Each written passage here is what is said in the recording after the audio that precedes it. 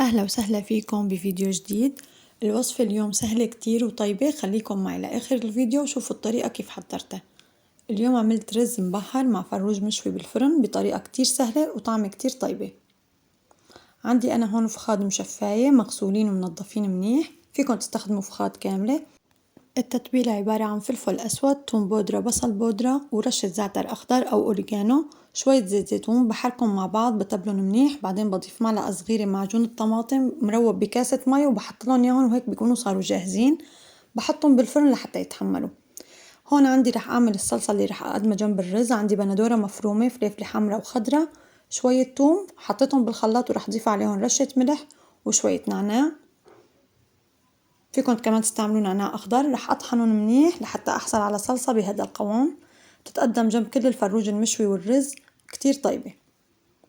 هلأ بعد ما جهزتها رح أغسل رز البسمتي، رح أغسله بس بالمي ما رح أنقعه. عندي هون مجموعة بهارات: فلفل أسود، عود قرفة، قرنفل، حبهال، كركم، كاري، بهارات مشكلة، ورق غار، وشوية ملح. وطبعا فيكن تختاروا بهارات تانية إذا بتحبوا كمان ممكن تستعملوها.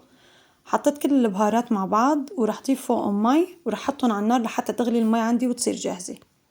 بطنجرة حطيت شوية سمنة وزيت ورح ضيف حبة كبيرة بصل مفروم، رح اقلبهم شوي واضيف فوقهم كمان سنين 3 توم مفرومين ونحركهم شوي بس لحتى يدبلوا. ضفت فوقهم فلفلة خضرا وفلفلة حمرا مفرومة. إذا بتحبوا تضيفوا خضرة تانية كمان بتقدروا، بس أنا هاي الخضرة اللي بستعملها. كمان فوق الخضرة حطيت رشة كاري ورشة كركم. حركهم شوي مع بعض لحتى تدبل الخضرة وتستوي شوي. مثل ما شفتوا هلأ دبلت، وهون المي عندي سخنت اللي حطيتها بالبهارات. هلأ ضفت الرز المنقوع، رح أقلبهم شوي مع بعض حتى هيك الرز يتشرب كل الطعم. ضفت فوقهم المرقة اللي صفيتها طبعا من البهارات. حطيت المقدار المناسب، رح أغطيها وأتركها على نار عالية لحتى تنشف المي، وبعدين بنهدي عليها كأنه عم نطبخ رز عادي. ومثل ما شايفين هيك صار عندي الرز جاهز، مستوي بطريقة كتير مزبوطة. هذا الرز فيكن حتى تستعملوه وتقدموه لحاله، كتير طيب. هلأ أنا بعد ما صار جاهز عندي الرز والفروج رح أقدمهم سوا مع بعض ومعهم الصلصة اللي كمان حضرتها. هاي مثل ما شايفين الرز طلع كتير طيب.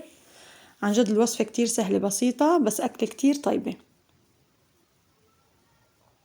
أنا استعملت مثل ما قلت لكم فخاد كاملة، فيكم تستعملوهم بعظم، فيكم تستعملوا أي قطعة من الفروج أنتوا بتحبوها، بس بهالطريقة وبهالتبلة بتطلع كتير كتير طيبة. بتمنى يكون الفيديو عجبكم. إذا حبيتوا الوصفة جربوها وشاركوني بالتعليقات رأيكم فيها، وإن شاء الله بشوفكم بفيديو جديد ووصفات تانية أطيب وأشهى.